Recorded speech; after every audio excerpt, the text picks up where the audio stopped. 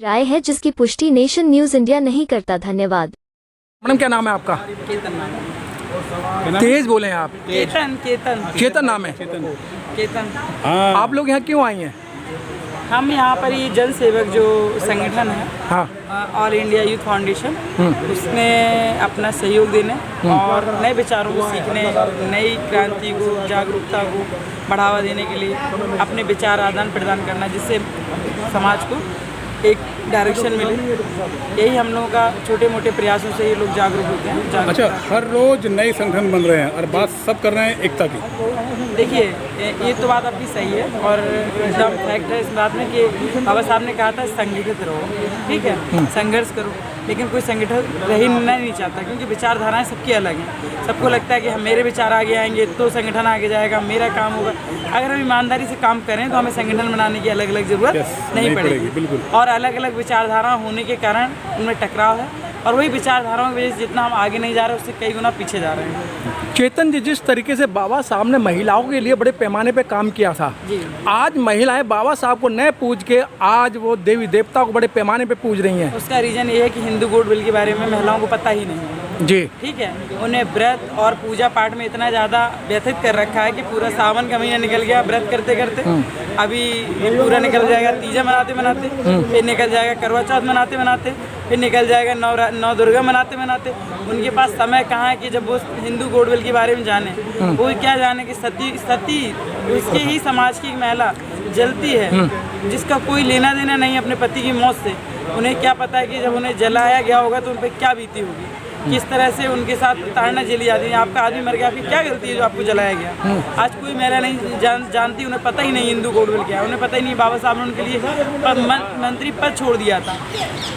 चेतना जी, ये नहीं लगता कि आप जैसी पढ़ी लिखी महिलाओं की बहुत बड़ी कमी है? हाँ, क्यों आप क्यों नहीं समझाती हो कि घर घर जाके कि भाई? हाँ, देखिए, जो मनवादियों ने एक जड़ दिमाग में उत्पन्न कर दी है, ठीक है, कि अगर आप ये व्रत करेंगे तो आपको पुत्र हो जाएगा, वो व्रत करेंगे तो आपको अच्छा पति मिल जाएगा, ठीक है। ये जड़ें जो हैं, आपकी जो रूट है, वो जो जड़ें हैं जो खोखली कर दी गई हैं, ठीक है। हम पढ़ी लिखी लड़कियों से डिस्कस करते हैं, जो हमारे साथ पढ़ती लिखती हैं, उन्हें 24 घंटे सिर्फ एक ही चिंता रहती है, कब हमें अच्छा बॉयफ्रेंड मिल जाए, अच्छा पति मिल जाए, ठीक है। और उन्हें यही पता नहीं है कि अच्छा पति क्यों मिल जाए। आप खाते हो तो साथ में खाते हो, पीते हो तो साथ में पीते हो, कुछ भी करते हो तो आप साथ में करते हो। वो पुरुष की भी तो ऐसी सोच होनी चाहिए, सिर्फ महिलाओं की क्यों? क्योंकि उन्हें वहीं तक सीमित कर रखा है कि आपकी शादी हो जाए, आपका अच्छे पति हो जाए, अच्छे बच्चे हो जाए, लड़की नहीं हो रही तो लड़का हो जाए, लड़का नहीं हो रहा तो लड़की हो जाए।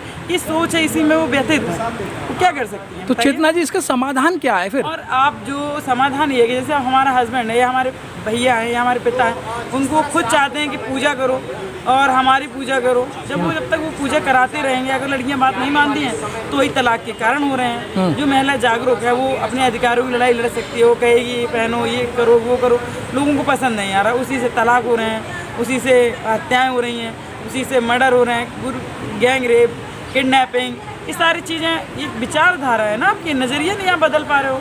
और जब तक पुरुष और स्त्री संतुलन में नहीं आएंगे, दोनों विचारधाराएं बराबर सम्मान में नहीं आएंगी, तब तक हमारे समाज में इस तरह की गतिरोध पैदा होते ही रहेंगे और इससे हमारी समाज। चेतना जी, एक चीज़ और देखा गया है, जब कभी अपर कास्ट की महिला के साथ छेड़छाड़ होती है, बलात्कार होता है, तो बड़ी सुर्खियों में मेन स्ट्रीम मीडिया कवर करता है, सोशल मीडिया कवर करता है। अगर मनीषा का बलात्कार होता है, अगर मुजफ्फरपुर के अंदर, अगर बिहार के अंदर एक दलित लड़की के साथ बलात्कार होता है, तो सभी के मुँह में दही जम जाती है। मीडिया नहीं उसे दिखाता है। मीडिया इसलिए नहीं दिखाता कि जो दलित चैनल है, हाँ, ठीक है, जो दलित चैनल है, दलित रिपोर्टर हैं, वो सही से पत्रकारिता अपने समाज की आवाज़ उठा नहीं पाते।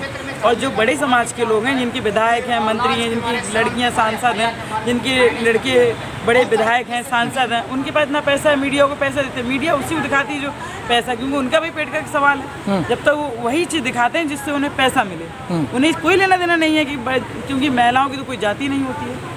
आप वेद पुराण उठाइए, जिस महिला में, जिस जाति में लड़कियों की शादी हो जाती है, वो उसी जाति कहलाने लगती है। तो महिलाओं की जाति ही कहाँ है? ये तो फालतू का काम है। उन्होंने कहा फलानी जाति और ढिकानी जाति हो, तो पैसे का खेल है। जिसको जहाँ रुपया मिलता है, उस पत्रकारिता, जिस न्यूज़ से पता है कि इन विधायक सांसद को फर्क पड़ रहा है, वही न्यूज़ आगे चल रही है। जिस न्यूज़ से विधायक सांसद फर्क नहीं पड़ रहा है, वो न्यूज़ चल ही नहीं रही है।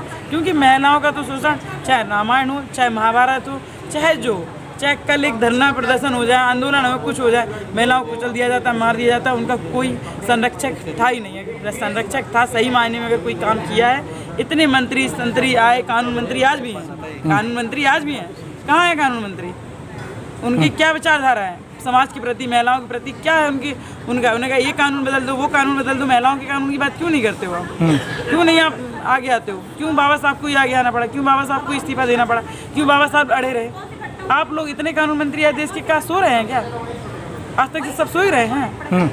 लेकिन चेतना जी, अब बाबा साहब महर्षि वाल्मीकि अब वापस तो आएंगे नहीं। वही चीज़ हम बता रहे हैं कि जो पुराने जो देश आज़ाद हुआ था तब कानून मंत्री इतना काम करके बेच चेक कर गए, तब जाके तो हम लोग सांस ले पा रहे हैं, नहीं तो वो भी नहीं ले पाते। और जो एक FIR हो जा रही है नाम मात्र, आज आपको पता तो चल रहा है कि दलित महिला के साथ रेप होता है, पहले तो पता ही नहीं चलता था, पहले तो पता चलने ही नहीं देते।